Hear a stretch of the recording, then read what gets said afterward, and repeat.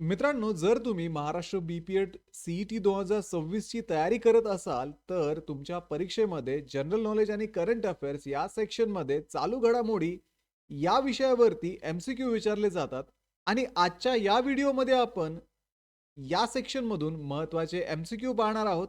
सोबतच विद्यार्थी मित्रांनो, त्या एमसीक्यूजची उत्तरं पाहत असताना त्या उत्तरांच्या मागची पार्श्वभूमी सुद्धा जाणून घेण्याचा प्रयत्न करणार आहोत. तर हॅलो विद्यार्थी मित्रांनो, मी तुमचा एज्युकेटर अरविंद आणि तुमचं स्वागत आहे ग्लोबल ऑनलाईन मध्ये.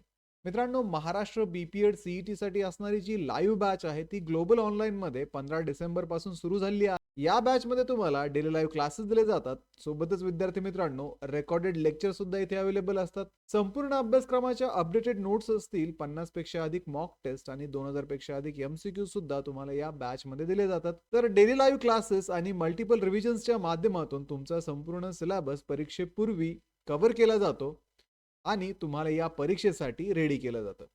तर विद्यार्थी मित्रांनो, बॅचला जॉईन करण्यासाठी स्क्रीनवरती दिलेल्या नंबरवरती तुम्ही व्हॉट्सअप करू शकता किंवा प्ले स्टोअरवरती जाऊन तिथेही ग्लोबल ऑनलाईन ॲपमध्ये महाराष्ट्र बीपीएड सीईटी हा कोर्स तुम्ही जॉईन करू शकता. तर विद्यार्थी मित्रांनो, लवकरात लवकर या बॅचला जॉईन करा आणि महाराष्ट्रातल्या टॉपच्या बीपीएड कॉलेजमध्ये ऍडमिशन घेण्याची तयारी आत्ताच सुरू करा. प्रश्न आहे, what is the name of the newly announced 76th district of Uttar Pradesh? उत्तर प्रदेशातील नव्याने जाहीर झालेल्या 76व्या जिल्ह्याचं नाव काय आहे? तुम्हाला ऑप्शन्स दिलेत: राम मनोहर नगर, कल्याण सिंग नगर, राजा महेंद्र नगर, अटल बिहारी नगर. तर विद्यार्थी मित्रांनो, उत्तर प्रदेश सरकारचे माजी मुख्यमंत्री कल्याण सिंग यांच्या स्मरणार्थ कल्याण सिंह नगर या नावाने नवीन जिल्हा तयार करण्याची घोषणा केली आहे. हा उत्तर प्रदेशातील 76वा जिल्हा ठरणार असून अलीगड व बुलंदशहर जिल्ह्यातील काही भागांचे पुनर्गठन करून हा जिल्हा स्थापन केला जाणार आहे. नव्या जिल्ह्यात अलीगडमधील अत्रोली व गंगिरी तसेच बुलंदशहरामधील दिबाई या तहसीलांचा समावेश होण्याची शक्यता आहे. कल्याण सिंग यांचा जन्म व कार्यक्षेत्र याच भागात असल्यामुळे या जिल्ह्याला त्यांचे नाव देणे ऐतिहासिक आणि सांस्कृतिक दृष्ट्या महत्त्वपूर्ण मानले जाते. हा प्रस्ताव अद्याप विधानसभेत मांडला नसला तरी मुख्यमंत्री योगी आदित्यनाथ यांच्या घोषणेनुसार तो लवकरच औपचारिक करण्यात येईल. त्यामुळे या प्रश्नाचं योग्य उत्तर आहे कल्याण सिंग नगर. पुढचा प्रश्न पाहूयात. The deep sea fishing vessel were recently launched at Mazagon dock, Mumbai, under which central government scheme? समुद्रात खोल मासेमारी करणारे जहाज deep sea fishing vessel Mazagon dock, Mumbai येथे केंद्र सरकारच्या कोणत्या योजनेअंतर्गत सुरू करण्यात आली? ऑप्शन्स दिलेत तुम्हाला: Sagarmala project, blue revolution mission, national fisheries development scheme आणि प्रधानमंत्री मत्स्य संपदा योजना. तर विद्यार्थी मित्रांनो, केंद्रीय गृहमंत्री अमित शहा यांनी मुंबईतील माझगाव डॉक येथे प्रधानमंत्री मत्स्य संपदा योजना अंतर्गत खोल समुद्री मासेमारी नौकांचे उद्घाटन केले. या उपक्रमामुळे भारताच्या सागरी मत्स्य क्षेत्राच्या आधुनिकीकरणाला मोठी गती मिळणार आहे आणि सहकारी संस्थांवर आधारित ब्ल्यू इकॉनॉमीच्या वाढीला चालना मिळणार आहे. या नौकांमुळे मच्छीमारांना पगारदार कर्मचारी म्हणून काम करण्याऐवजी सहकारी संस्थांमार्फत नफा थेट वाटून घेण्याची संधी मिळेल. हा प्रकल्प आत्मनिर्भर भारत या ध्येयाशी सुसंगत असून किनारी भागातील उत्पन्न, रोजगार आणि शाश्वतता वाढवण्यासाठी मदत करेल. देशाचे मासेमारी उत्पादन 2014-15 मधील 102 लाख टनावरून 195 लाख टनापर्यंत वाढले आहे, ज्यातून प्रधानमंत्री मत्स्य संपदा योजना अंतर्गत क्षेत्रांचा विकास स्पष्ट दिसतो. त्यामुळे या प्रश्नाचं योग्य उत्तर आहे प्रधानमंत्री मत्स्य संपदा योजना, ऑप्शन डी. पुढचा प्रश्न आहे, the clamp portal is an initiative of which ministry? Clamp portal हा कोणत्या मंत्रालयाचा उपक्रम आहे? ऑप्शन्स आहेत: ministry of coal, ministry of power, ministry of heavy industries आणि मिनिस्ट्री ऑफ फायनान्स. कोळसा मंत्रालय, वीज मंत्रालय, जड उद्योग मंत्रालय आणि वित्त मंत्रालय. तर विद्यार्थी मित्रांनो, केंद्रीय कोळसा आणि खाण मंत्रालयाने अलीकडेच 2 digital platforms, Koyla Shakti dashboard आणि क्लॅम्प पोर्टल लॉन्च केले. तर क्लॅम्प पोर्टल म्हणजे coal land acquisition management payment. हे पोर्टल कोळसा मंत्रालयाचे एक एकत्रित डिजिटल प्लॅटफॉर्म असून कोळसा क्षेत्रातील जमीन संपादन, भरपाई, पुनर्वसन व पुनर्स्थापन प्रक्रिया सुलभ करते. हे पोर्टल भूमी अभिलेखांची केंद्रीकृत प्रणाली म्हणून कार्य करते, ज्यामुळे माहितीचे एकत्रीकरण व पारदर्शकता सुनिश्चित होते. कोयला शक्ती डॅशबोर्ड हा खाण ते बाजार अशा संपूर्ण कोळसा मूल्य साखळीचे एकत्रित करणारा डिजिटल प्लॅटफॉर्म आहे. तो कोळसा कंपन्या, रेल्वे, बंदरे आणि अंतिम वापरकर्ते यांच्यातील रिअल टाइम समन्वय सक्षम करतो. या प्रणालीमुळे थेट आकडेवारी, डिजिटल मॉनिटरिंग आणि जलद निर्णय क्षमतेद्वारे पारदर्शकता वाढते. त्यामुळे या प्रश्नाचं योग्य उत्तर आहे ministry of coal, option A, कोळसा मंत्रालय. पुढचा प्रश्न पाहूयात. द जनजातीय गौरव वर्ष पखवाडा 2025 marks the 150th birth anniversary of which legendary tribal freedom fighter. जनजातीय गौरव वर्ष पखवाडा 2025 कोणत्या प्रख्यात आदिवासी स्वातंत्र्य सैनिकाच्या 150व्या जयंतीनिमित्त साजरी केली जात आहे? ऑप्शन्स आहेत तात्या भिल, सिद्धू मुर्मू, तिलका मांझी आणि ऑप्शन डी बिरसा मुंडा. तर विद्यार्थी मित्रांनो, आदिवासी कार्य मंत्रालयाने 1 ते 15 नोव्हेंबर 2025 या कालावधीत जनजातीय गौरव वर्ष पखवाडा सुरू केलेला आहे. हा कार्यक्रम धरती आबा भगवान बिरसा मुंडा यांच्या 15 नोव्हेंबर 2025 रोजी होणाऱ्या 150व्या जयंतीचे औचित्य साधून जनजातीय गौरव वर्षाचा समारोप दर्शवतो. या वर्षाची थीम आहे भगवान बिरसा मुंडा यांचे 150 वर्षाचे स्मरण. यामध्ये 11 वर्षाच्या आदिवासी सक्षमीकरणाचा उत्सव साजरा केला जाणार आहे. हे उपक्रम भारताच्या सर्वसमावेशक आणि शाश्वत आदिवासी विकासाबद्दल बांधिलकीचे प्रतीक आहे. त्यामुळे या प्रश्नाचं योग्य उत्तर आहे ऑप्शन डी, बिरसा मुंडा. पुढचा प्रश्न आहे what is the name of a national digital framework launched at Indian maritime week 2025 to make Indian ports data driven and AI enabled. भारतीय बंदरे माहिती आधारित आणि कृत्रिम बुद्धिमत्तेवर आधारित करण्यासाठी इंडिया मेरीटाईम वीक 2025 दरम्यान सुरू करण्यात आलेल्या राष्ट्रीय डिजिटल फ्रेमवर्कचे नाव काय आहे? ऑप्शन्स आहेत स्मार्ट पोर्ट भारत, सागर मित्र, डिजिबंदर, पोर्टनेट इंडिया. तर विद्यार्थी मित्रांनो इंडिया मेरीटाईम वीक 2025 दरम्यान डिजिबंदर हा उपक्रम भारतीय बंदरांसाठी राष्ट्रीय डिजिटल फ्रेमवर्क म्हणून सुरू करण्यात आला आहे. याचं उद्दिष्ट बंदर डेटा आधारित कृत्रिम बुद्धिमत्ता म्हणजेच AI सक्षम आणि पूर्णपणे परस्पर संलग्न करणे आहे. या उपक्रमाचा भर बंदर व्यवस्थापनातील कार्यक्षमता, सुरक्षितता आणि पारदर्शकता वाढवण्यावरती आहे. विशेषतः प्रेडिक्टिव्ह लॉजिस्टिक्स, डिजिटल ट्विन्स आणि ऑटोमेशन यावर लक्ष केंद्रित करून बंदर व्यवस्थापन अधिक स्मार्ट आणि आधुनिक बनवण्याचा हा प्रयत्न आहे. डिजिटल परिवर्तनाद्वारे भारताच्या सागरी क्षेत्राचे आधुनिकीकरण करण्याच्या दिशेने हा एक महत्त्वाचा टप्पा मानला जातो. त्यामुळे विद्यार्थी मित्रांनो, या प्रश्नाचं योग्य उत्तर आहे ऑप्शन सी, डीजी बंदर.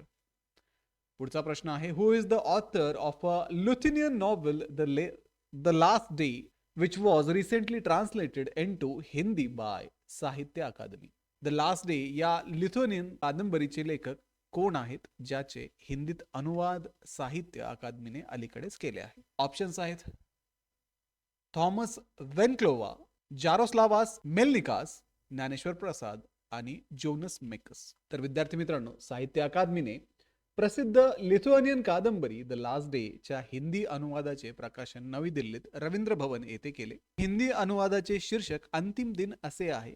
हा कार्यक्रम लिथुआनियाच्या दूतावासाच्या सहयोगाने आयोजित करण्यात आला. ही कादंबरी लिथुआनियन युक्रेनियन लेखक यारोस्लावास मेलनिकास यांनी लिहिले आहे. साहित्य अकादमीचे अध्यक्ष माधव कौशिक यांनी या प्रकाशनाला भारतीय भाषांमध्ये जागतिक साहित्याला जागा देणारे एक महत्त्वपूर्ण पाऊल असे संबोधले आहे. लिथुआनियन काल्पनिक साहित्याचा हिंदीमध्ये झालेला हा पहिलाच अनुवाद आहे. या कादंबरीत अस्तित्व, बदल आणि सांस्कृतिक ओळख या विषयांवरती भाष्य केले असून भारत लिथुआनियन साहित्यिक आणि सांस्कृतिक सहकार्याला नवी दिशा यातून मिळणार आहे. त्यामुळे या प्रश्नाचं योग्य उत्तर आहे ऑप्शन बी, जारोस्लावास मेलनिकास. पुढचा प्रश्न आहे which renowned Indian chef was honored as a top agri-food pioneer by the World Food Prize Foundation in October 2025. October 2025 मध्ये जागतिक अन्न पारितोषिक फाउंडेशन कडून टॉप ॲग्री फूड पायनियर सन्मानाने गौरविण्यात आलेले प्रसिद्ध भारतीय शेफ कोण? ऑप्शन्स आहेत विकास खन्ना, रणवीर ब्रार, संजीव कपूर आणि कुणाल कपूर. तर विद्यार्थी मित्रांनो, पद्मश्री पुरस्कार प्राप्त शेफ संजीव कपूर यांना वर्ल्ड फूड प्राइज फाउंडेशनकडून डेस मॉइन्स आयोवा येथे झालेल्या बॉर्लॉग डायलॉग वीक 2025 दरम्यान टॉप ॲग्री फूड पायनियर म्हणून सन्मानित करण्यात आले. या कार्यक्रमात जगभरातील नेते, शास्त्रज्ञ, धोरणकार सहभागी झाले होते, ज्यांनी अन्न सुरक्षा, हवामान लवचिकता आणि पोषण यावरती चर्चा केली. कपूर यांना आरोग्यदायी आणि शाश्वत आहार संस्कृतीचा प्रसार, भारतीय शैलीला समर्थन आणि स्थानिक पोषक घटकांच्या वापराला प्रोत्साहन दिल्याबद्दल हा सन्मान देण्यात आला. यांनी हा पुरस्कार भारतीय शेतकरी आणि भारतीय पाककलेच्या वारशाला अर्पण करत जागतिक मंचावरती भारताचे प्रतिनिधित्व करणे ही मोठी सन्मानाची बाब असल्याचे सांगितले. त्यामुळे या प्रश्नाचं योग्य उत्तर आहे ऑप्शन सी, संजीव कपूर. पुढचा प्रश्न आहे, which city in Uttar Pradesh has been declared a UNESCO creative city of gastronomy in 2025. Uttar प्रदेशातील कोणते शहर 2025 मध्ये युनेस्कोद्वारे क्रिएटिव्ह सिटी ऑफ गॅस्ट्रोनॉमी म्हणून घोषित केले गेले? ऑप्शन्स आहेत लखनौ, वाराणसी, आग्रा आणि कानपूर. तर विद्यार्थी मित्रांनो, युनेस्कोने उझबेकिस्तानमधील समरकंद येथे झालेल्या 43व्या महासभेत लखनौला क्रिएटिव्ह सिटी ऑफ गॅस्ट्रोनॉमी म्हणून घोषित केले. या मानांकनास पात्र ठरणारे लखनौ हे हैदराबाद नंतरचे दुसरे भारतीय शहर आहे. या सन्मानातून लखनौच्या समृद्ध खाद्य परंपरेचा, राजदरबारी पाककृतीपासून ते विविध प्रकारच्या स्ट्रीट फूड पर्यंत जागतिक स्तरावरती गौरव झालेला आहे. उत्तर प्रदेश पर्यटन संचालनालयाने 31 जानेवारी 2025 रोजी नामांकन सादर केले आणि भारत सरकारने ते 3 मार्च 2025 रोजी मंजूर केले. युनेस्कोने अधिकृत घोषणा 31 ऑक्टोबर 2025 रोजी केली. या मानांकनामुळे पाक पर्यटनाला चालना, स्थानिक खाद्य उद्योजकांना समर्थन आणि शाश्वत पद्धतींचा प्रसार होण्याची अपेक्षा आहे. त्यामुळे या प्रश्नाचे योग्य उत्तर आहे ऑप्शन ए, लखनौ. पुढचा प्रश्न आहे, Bhavani island that was recently seen in news is located in which state? अलीकडे बातम्यांमध्ये असलेले भवानी बेट कोणत्या राज्यात आहे? ऑप्शन्स आहेत महाराष्ट्र, आंध्र प्रदेश, केरला आणि तामिळनाडू. तर कृष्णा नदीवरील प्रकाशमय बंधाऱ्यातील सततच्या पूरस्थितीमुळे भवानी बेट सर्वांसाठी बंद करण्यात आले असून बोट सेवा निलंबित करण्यात आल्या आहेत. यामुळे पर्यटन उत्पन्नावरती मोठा परिणाम झाला आहे. आंध्र प्रदेशातील विजयवाड्याजवळ वसलेले भवानी बेट सर्वात मोठ्या नदी बेटांपैकी एक आहे. सुमारे 1400 किलोमीटर लांबीची कृष्णा नदी महाराष्ट्रातील महाबळेश्वर जवळ उगम पावते आणि कर्नाटक, तेलंगणा व आंध्र प्रदेशमधून वाहत बंगालच्या उपसागरात विलीन होते. तिचे जलक्षेत्र हे 2.59 लाख चौरस किलोमीटर असून गोदावरीनंतर द्वीपकल्पीय भारतातील दुसऱ्या क्रमांकाचे मोठे नदीखोरे या नदीचे आहे. त्यामुळे या प्रश्नाचं योग्य उत्तर आहे ऑप्शन बी, आंध्र प्रदेश. पुढचा प्रश्न आहे, what is the theme of Indian maritime week 2025? या मेरीटाईम वीक 2025 ची थीम काय आहे? ऑप्शन्स आहेत navigating the blue economy, uniting oceans, one maritime vision, sustainable seas, strong nation आणि पोर्ट्स ऑफ प्रॉस्पेरिटी. तर इंडिया मेरीटाईम वीक 2025 हा कार्यक्रम 27 ते 31 ऑक्टोबर 2025 दरम्यान मुंबई येथील नेस्को एक्झिबिशन सेंटर येथे झाला. याचे आयोजन इंडियन पोर्ट्स असोसिएशन यांनी केले होते आणि बंदर, नौकानयन व जलमार्ग मंत्रालय यांचे यजमानत्व होते. कार्यक्रमाचे उद्घाटन केंद्रीय गृह व सहकार मंत्री यांनी केले. या वर्षाची थीम होती युनायटिंग ओशन्स, वन मेरीटाईम विजन. सरकारने भारताच्या जागतिक सागरी स्पर्धात्मकतेसाठी बळकटी देण्यासाठी 437 नव्या जहाजांच्या खरेदीसाठी 2.2 लाख कोटींच्या गुंतवणुकीची घोषणा केली आहे. मेरीटाईम एक्सलन्स अचिव्हर्स अवॉर्ड 2025 अंतर्गत गुजरातच्या दीनदयाल पोर्ट अथॉरिटी यांना शाश्वततेसाठी सन्मानित करण्यात आले आहे. तर ओडिशाच्या परादीप पोर्ट अथॉरिटी PPA यांना बेस्ट एक्झिबिट अवॉर्ड देण्यात आलेला आहे. त्यामुळे या प्रश्नाचं योग्य उत्तर आहे option B, uniting oceans, one maritime vision. महासागरांचे एकत्रीकरण, एक सागरी दृष्टिकोन. प्रश्न आहे, lecanemab drug that was recently seen in the news is use to treat which disease? Lecanemab औषध जे अलीकडेच बातम्यांमध्ये दिसले ते कोणत्या रोगाच्या उपचारासाठी वापरले जाते? तुम्हाला इथे ऑप्शन्स दिले आहेत multiple sclerosis, tuberculosis, Alzheimer's disease आणि हंटिंग्टन्स डिसीज. तर विद्यार्थी मित्रांनो, ऑस्ट्रेलियाने अलीकडेच सुरुवातीच्या टप्प्यातील अल्झायमर रोगासाठी लिकॅनिमॅबला मान्यता दिली आहे.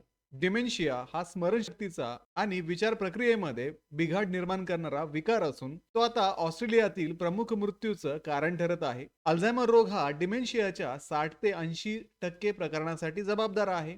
लिकॅनिमॅब हे मेंदूमधील प्रथिनांना लक्ष्य करणारे मोनोक्लोनल अँटीबॉडी औषध आहे. हे रोगाच्या फक्त लक्षणावरती नव्हे तर आजारावरती हे प्रभाव करते. हे औषध अँटीबॉडीजचा वापर करून मेंदूच्या पेशीवरील परिणाम टाळते. त्यामुळे या प्रश्नाचं योग्य उत्तर आहे option C, Alzheimer's disease, Alzheimer रोग. पुढचा प्रश्न पाहूयात.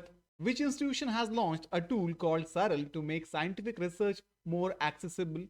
सरल नावाचे साधन वैज्ञानिक संशोधन अधिक सुलभ करण्यासाठी कोणत्या संस्थेने सुरू केले? ऑप्शन्स आहेत Anusandhan national research foundation, council of scientific and industrial research, NITI Aayog, ministry of skill development. तर विद्यार्थी मित्रांनो, अनुसंधान नॅशनल रिसर्च फाउंडेशनने सरल म्हणजेच simplified and automated research amplification and learning हे साधन संशोधन सुलभ करण्यासाठी आणि सर्वांना उपलब्ध करण्यासाठी सुरू केले आहे. सरल हे कृत्रिम बुद्धिमत्तेचा वापर करते आणि गुंतागुंतीच्या संशोधनाचे व्हिडिओ, पॉडकास्ट, पोस्टर्स आणि प्रेझेंटेशनमध्ये रूपांतर करते. अनुसंधान नॅशनल रिसर्च फाउंडेशनचे उद्दिष्ट डीप सायन्स आणि अभियांत्रिकीचा उपयोग करून डीप टेक उत्पादनात व स्टार्टअप्स तयार करण्यामध्ये आहे. ही संस्था औषध शोध, एरोस्पेस डिझाईन, हवामान अभ्यास आणि प्रगत पदार्थांकरिता AI science and engineering open India stack विकसित करत आहे. त्यामुळे या प्रश्नाचं योग्य उत्तर आहे ऑप्शन ए, अनुसंधान नॅशनल रिसर्च फाउंडेशन, ANRF. पुढचा प्रश्न पाहूयात. What kind of vessel is the INS Satluj was recently seen in the news? तर INS Satluj जे अलीकडेच बातम्यामध्ये दिसलं ते कुठल्या प्रकारचं जहाज आहे? तुम्हाला इथे ऑप्शन्स दिले आहेत. Hydrographic survey vessel, diesel electric submarine, stealth multirole frigate, torpedo launch and recovery vessel. तर INS सतलज हे भारत आणि मॉरिशस यांच्यातील 18व्या संयुक्त हायड्रोग्राफिक सर्वेसाठी पोर्ट लुई, मॉरिशस येथे पोहोचलं आहे. हे भारतीय नौदलाचे विशेष हायड्रोग्राफिक सर्वे जहाज आहे. हे जहाज गोवा शिपयार्ड लिमिटेडने बांधले असून 1993 मध्ये सेवेत दाखल झाले होते. हे दक्षिणी नौदल कमांड अंतर्गत कोची येथे तैनात आहे. यामध्ये multibeam swath echo sounder, differential global positioning system आणि मोशन सेन्सर्स सारख्या अत्याधुनिक सर्वे व नेव्हिगेशन प्रणाली आहेत. तसेच जहाजावरती sea gravimeter, magnetometer, oceanographic sensor आणि साइड स्कॅन सोनार देखील आहेत. त्यामुळे या प्रश्नाचं योग्य उत्तर आहे option A, hydrographic survey vessel. पुढचा प्रश्न आहे what is asphyxia which recently caused death in TVK rally stampede at Velusamipuram? तर अस्फेक्सिया म्हणजे काय, ज्यामुळे अलीकडेच वेलुसामीपुरम येथे TVK रॅलीतील चेंगराचेंगरीत मृत्यू झाले? तर विद्यार्थी मित्रांनो, इथे तुम्हाला ऑप्शन्स दिलेत. Excessive bleeding due to injury, जखमेमुळे होणारा अतिप्रमाणात रक्तस्राव, conditions when the body does not get enough oxygen, शरीराला पुरेशा प्रमाणात ऑक्सिजन न मिळण्याची अवस्था, पॉइझनिंग फ्रॉम कॉन्टॅमिनेटेड फूड, दूषित अन्नामुळे होणारी विषबाधा आणि नानबदाबाव वरीलपैकी काहीही नाही. तर विद्यार्थी मित्रांनो, वेलुसामीपुरम येथील तमिळगा भेत्री कळगम TVK रॅलीतील चेंगराचेंगरीत मृतांची संख्या 41 वरती पोहोचली आहे. डॉक्टरांनी बहुतेक मृत क्राऊड क्रशमुळे झालेल्या कॉम्प्रेन्सिव्ह अस्फेक्सियामुळे झाले असल्याचे स्पष्ट केले आहे. अस्फेक्सिया म्हणजे शरीराला पुरेशा प्रमाणात ऑक्सिजन न मिळणे. श्वसन प्रक्रियेने ऑक्सिजन फुफ्फुसामध्ये जातो व रक्ताद्वारे शरीरातील सर्व पेशींमध्ये पोहोचतो. तसेच कार्बन डायऑक्साईड बाहेर टाकला जातो. ऑक्सिजनचा अभाव, बेशुद्ध अवस्था किंवा मृत्यू याला कारणीभूत ठरवू शकतो. कॉम्प्रेसिव्ह अस्फेक्सिया तेव्हा होते जेव्हा बाह्य दाबामुळे छातीचा विस्तार रोखला जातो, ज्यामुळे फुफ्फुसे दाबली जातात आणि श्वसन थांबते. ही स्थिती गर्दीतील चेंगराचेंगरीत किंवा एखाद्या व्यक्तीचे वजन छातीवर असल्यास उद्भवू शकते. त्यामुळे या प्रश्नाचं योग्य उत्तर आहे condition when the body does not get enough oxygen, option B, म्हणजेच शरीराला पुरेशा प्रमाणात ऑक्सिजन न मिळण्याची अवस्था. पुढचा प्रश्न पाहूयात. Exercise Konkan 25 is conducted between India and which country? Options दिले तुम्हाला ऑस्ट्रेलिया, इंडोनेशिया, युनायटेड किंगडम आणि रशिया. तर एक्सरसाइज कोकण 25 भारत आणि कोणत्या देशामध्ये आयोजित केली गेली? तर एक्सरसाइज कोकण 25 ही 5 ऑक्टोबर 2025 रोजी भारताच्या पश्चिम किनाऱ्यावरती सुरू झाली. ही भारतीय नौदल आणि युनायटेड किंगडम रॉयल नेव्ही यांच्यामधील द्विपक्षीय नौदल सराव आहे. सरावात हार्बर फेज आणि सी फेज असे 2 टप्पे आहेत. हार्बर फेजमध्ये व्यावसायिक आदान-प्रदान, जहाज भेटी, क्रीडा स्पर्धा आणि सांस्कृतिक कार्यक्रमांचा समावेश होतो. सी फेजमध्ये हवाई, पृष्ठभागावरील आणि पाणबुडी विरोधी युद्धासह उड्डाण कार्यवाही व सीमॅनशिप संबंधित प्रगत सराव केले जातात. यामध्ये भारताचे प्रतिनिधित्व INS विक्रांत या स्वदेशी विमानवाहू जहाजासह त्याच्या कॅरियर बॅटल ग्रुपद्वारे केले जाते. हा सराव सुरक्षित, खुल्या आणि मुक्त समुद्रांच्या उद्दिष्टाला भारत UK विजन 2035 अंतर्गत बळकटी देतो. त्यामुळे या प्रश्नाचं योग्य उत्तर आहे ऑप्शन सी, युनायटेड किंगडम. पुढचा प्रश्न आहे, astronomers recently detected phosphine that is PH3 in the atmosphere of brown dwarf Wolf 1130C using which telescope? खगोलशास्त्रज्ञांनी अलीकडेच ब्राउन डॉर्फ वुल्फ 1130C च्या वायुमंडळात फॉस्फिन कोणत्या दुर्बिणीद्वारे शोधला? तर विद्यार्थी मित्रांनो, इथे ऑप्शन्स आहेत Hubble space telescope, James Webb space telescope, Spitzer space telescope आणि चंद्रा एक्स रे ऑब्झर्वेटरी. तर मित्रांनो, जेम्स वेब स्पेस टेलिस्कोपचा वापर करणाऱ्या खगोलशास्त्रज्ञांनी अलीकडेच ब्राउन डॉर्फ वुल्फ 1130C च्या वातावरणात फॉस्फिन शोधला आहे. फॉस्फिन हा एक फॉस्फरस अणू आणि 3 हायड्रोजनच्या अणूंचा बनलेलं रसायन आहे. पृथ्वीवरती फॉस्फिनचं निर्माण कमी ऑक्सिजन वातावरणात राहणाऱ्या जीवाणूंद्वारे नैसर्गिकरित्या केली जाते. हे जीवाणू खनिज आणि जैविक पदार्थात फॉस्फेट शोषून घेतात आणि हायड्रोजनशी संयोग करून फॉस्फिन तयार करतात. तर फॉस्फिन ज्युपिटर आणि सॅटर्न यांच्या वातावरणात देखील आढळतो. या संयुगाला हायड्रोजन फॉस्फाईड असेही म्हटले जाते. वुल्फ 1130C मध्ये हा शोध लागणे म्हणजे ब्राउन डॉर्फ मधील रासायनिक प्रक्रियांबाबत मौल्यवान माहिती मिळणे होय. त्यामुळे या प्रश्नाचं योग्य उत्तर आहे option B, James Webb telescope. पुढचा प्रश्न आहे, where was Arunachal Pradesh first commercial coal mining project launch? Arunachal प्रदेशातील पहिलं व्यावसायिक कोळसा खाण प्रकल्प कोठे सुरू करण्यात आला? तर विद्यार्थी मित्रांनो, अरुणाचल प्रदेशने चांगलांग जिल्ह्यातील नचिक नुमफक कोळसा ब्लॉकमध्ये पहिली व्यावसायिक कोळसा खाण सुरू केली आहे. यामुळे राज्याने आत्मनिर्भर भारत उपक्रमाअंतर्गत व्यावसायिक कोळसा उत्पादनात प्रवेश केला आहे. ही खाण अरुणाचल प्रदेशातील आग्नेय भागात अपर आसाम कोळसा पट्ट्यात स्थित आहे. येथे अंदाजे 1.5 कोटी टन कोळसा साठा असून दीर्घकालीन उत्पादनाची हमी येथे मिळते आहे. हा प्रकल्प राज्याला दरवर्षी 100 कोटीचे उत्पादन देणार आहे. यामुळे स्थानिक रोजगार निर्मिती होईल आणि बेकायदेशीर खाणकाम सुद्धा कमी होईल. त्यामुळे या प्रश्नाचं योग्य उत्तर आहे ऑप्शन बी, चांगलांग डिस्ट्रिक्ट, चांगलांग जिल्हा. पुढचा प्रश्न आहे, which is the nodal ministry for जल जीवन मिशन? जल जीवन मिशन साठी नोडल मंत्रालय कोणते आहे? तर विद्यार्थी मित्रांनो, इथे ऑप्शन्स आहेत मिनिस्ट्री ऑफ रूरल डेव्हलपमेंट, ग्रामीण विकास मंत्रालय, मिनिस्ट्री ऑफ एन्व्हायरमेंट, पर्यावरण मंत्रालय, मिनिस्ट्री ऑफ ॲग्रिकल्चर, कृषी मंत्रालय आणि मिनिस्ट्री ऑफ जलशक्ती मंत्रालय. तर केंद्र सरकार जल जीवन मिशन अंतर्गत सर्व पिण्याच्या पाण्याशी संबंधित साधन संपत्ती, त्यात पाईपलाईनचा समावेश आहे, त्यांचे नकाशांकन PM गतिशक्ती या GIS प्रणालीवरती आधारित प्लॅटफॉर्मवर करण्याचे नियोजन करत आहे. जल जीवन मिशन दिनांक 15 ऑगस्ट 2019 रोजी सुरू झाले होते. याचे उद्दिष्ट 2024 पर्यंत सर्व ग्रामीण घरांना सुरक्षित पिण्याच्या पाण्यासह फंक्शनल हाऊसहोल्ड टॅप कनेक्शन प्रदान करणे आहे. हा उपक्रम समुदाय केंद्रित दृष्टिकोनावरती आधारित आहे, ज्यात माहिती, शिक्षण आणि संवाद यांचं विशेष महत्त्व आहे. जल जीवन मिशनचे नोडल मंत्रालय म्हणजेच जलशक्ती मंत्रालय. त्यामुळे या प्रश्नाचं योग्य उत्तर आहे ऑप्शन डी, जलशक्ती मंत्रालय. पुढचा प्रश्न आहे, where was the vibrant Gujarat regional conference 2025 held? Vibrant Gujarat regional conference 2025 कोठे आयोजित करण्यात आली? ऑप्शन्स आहेत मेहसाणा, दाहोद, मोरबी आणि नवसारी.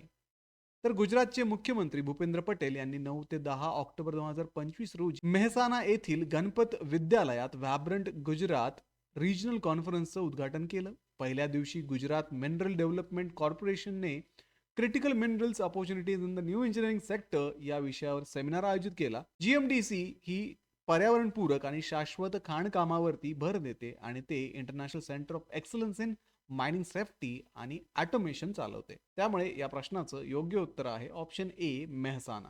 पुढचा प्रश्न आहे, where was the third edition of international purple festival 2025 inaugurated? International purple festival 2025 ची तिसरी आवृत्ती कोठे उद्घाटन करण्यात आली? ऑप्शन्स आहेत केरला, गोवा, महाराष्ट्र आणि कर्नाटका. तर इंटरनॅशनल पर्पल फेस्टिवल 2025 ची तिसरी आवृत्ती गोवा येथे उद्घाटित करण्यात आली. हा भारताचा पहिला आंतरराष्ट्रीय आणि समावेशक असा उत्सव आहे, जो दिव्यांग व्यक्तींच्या सन्मानार्थ साजरा केला जातो. या उत्सवाचा मुख्य भर सक्षमीकरण आणि सामाजिक एकात्मता यावरती आहे. कार्यक्रमाने दिव्यांग व्यक्तींना राष्ट्राच्या मुख्य प्रवाहातील विकासात समाविष्ट करण्याच्या महत्त्वावरती प्रकाश टाकला. उत्सवाचे उद्दिष्ट समावेशक विकासाचे प्रदर्शन करणे आणि दिव्यांग सक्षमीकरणासाठी आंतरराष्ट्रीय दर्जाच्या कार्यक्रमाचा आदर्श निर्माण करणे हे आहे. त्यामुळे या प्रश्नाचं योग्य उत्तर आहे ऑप्शन बी, गोवा. तर विद्यार्थी मित्रांनो, हे होते महाराष्ट्र बीपीएड सीईटी 2026 साठी महत्त्वाचे असे करंट अफेअर्स आणि त्यावरती आधारित एमसीक्यू. या एमसीक्यूजचे आन्सर पाहत असताना आपण त्या आन्सर्सच्या मागची पार्श्वभूमी सुद्धा डिस्कस केली आहे. तर व्हिडिओला लाईक करा, तुमच्या मित्रांना हा व्हिडिओ शेअर करा, ग्लोबल ऑनलाईनला सबस्क्राईब करा. भेटूया पुढच्या व्हिडिओमध्ये. तोपर्यंत एक्झामचं प्रिपरेशन सुरूच ठेवा. थँक्यू.